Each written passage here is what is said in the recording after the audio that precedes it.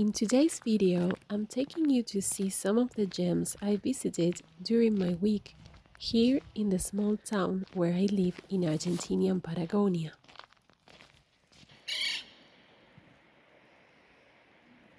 There are so many beautiful places I get to see, and I don't even have to drive. Can you believe that?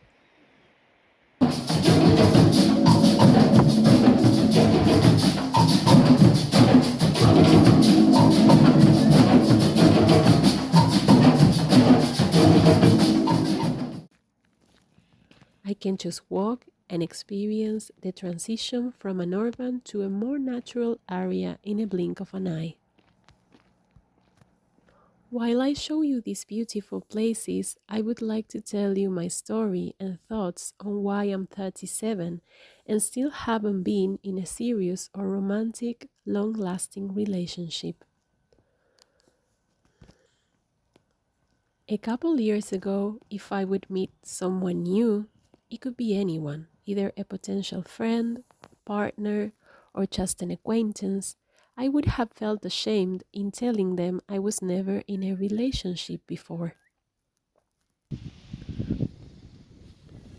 So, buried in my own judgment about other people's judgments about me, I was always either avoiding the topic or saying I just never had the luck to match with anyone, which this turns to be true. But I would also say that was because sometimes I was the one in love and they weren't, and other times because they were the ones in love and I wasn't. And this turns to be untrue unless someone was actually in love with me, but I never knew. The fact is, no one has ever said to me the words, I am in love with you or I love you, and neither have I.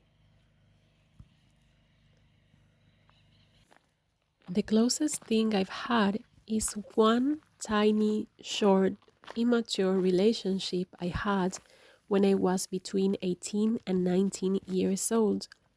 But as I've mentioned in my previous video, that was a long time ago and it was meaningless, so it feels like it never happened. I mean, it's been almost 20 years. I don't know how it looks like being loved or loving back, or having someone making an actual effort to get to know me in a sustained way that progresses in time into something more meaningful for both. I don't know how it looks like connecting on a deep level. The older I get, the better I am to identify quicker who is bored and playing games and who is looking for a potential relationship. But still, I'm in no luck. Also, the older I get, the more hope I lose in matching with someone who actually is going to care about me as much as I will care about him. To be honest, I've never been someone who falls in love very easily. As I've said in other video, I've prioritized my friendships nearly my entire life, plus the fact I was raised only by my mother, and I didn't have a masculine figure, so I've ignored the possibility of having a future together with someone who I could call my love.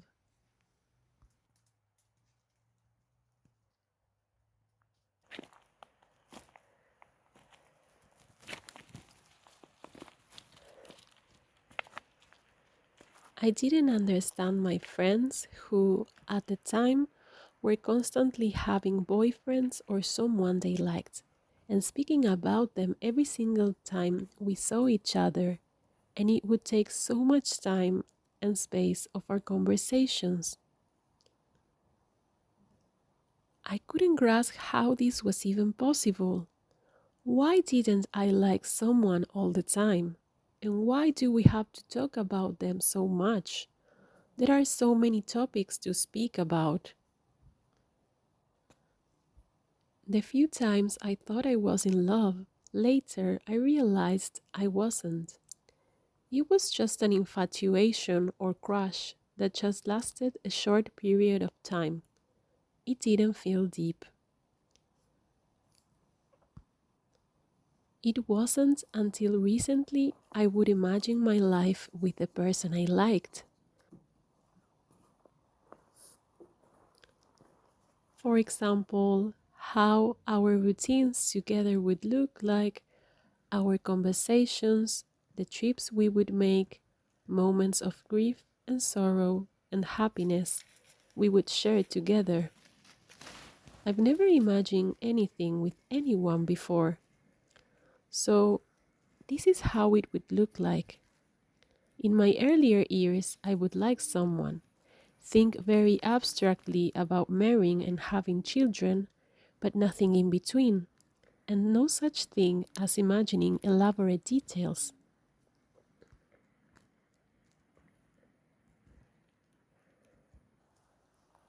It was just a pure black screen in my head, and I thought that was normal. But what is normal? Why do you think this could be? It's such a mystery to me.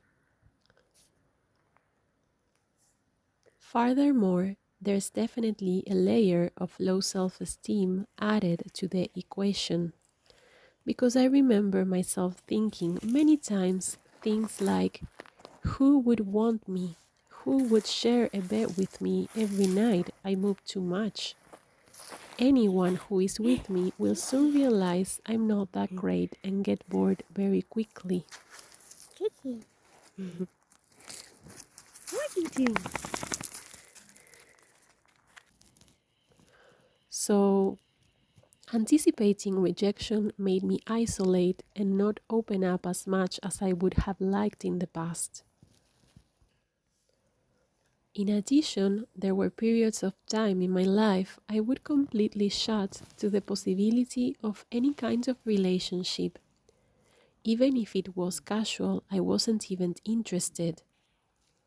For example, there was a time when my mom was going through severe depression and I was feeling so ashamed, finding myself again thinking, who would want someone who has a mother that is struggling with mental health? This period of not relating to anybody except for my friends lasted for a bit more than 2 years.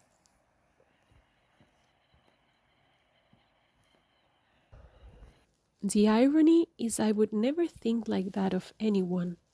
I would never think someone is unworthy of love because they have someone in their family struggling with depression or mental health problem. But of course, I would think it with myself.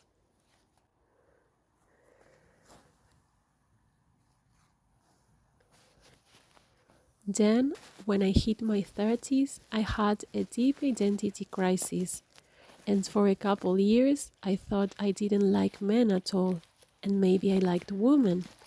But this wasn't turned out to be the case.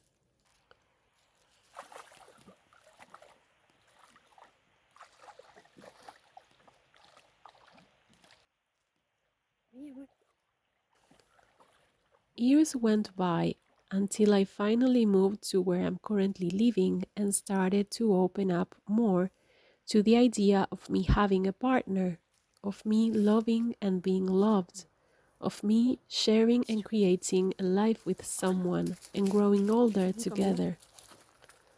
But now I was facing a new reality. I was new in this town. The population wasn't very large. I didn't, and still don't, have enough opportunities to go out and meet new people.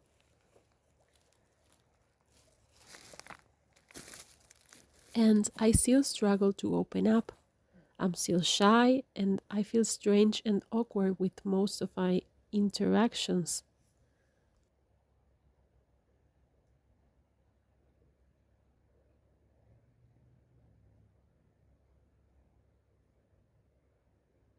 The few times I did actually went out with someone, it didn't pass to a second date, as I didn't think they were a good match for me.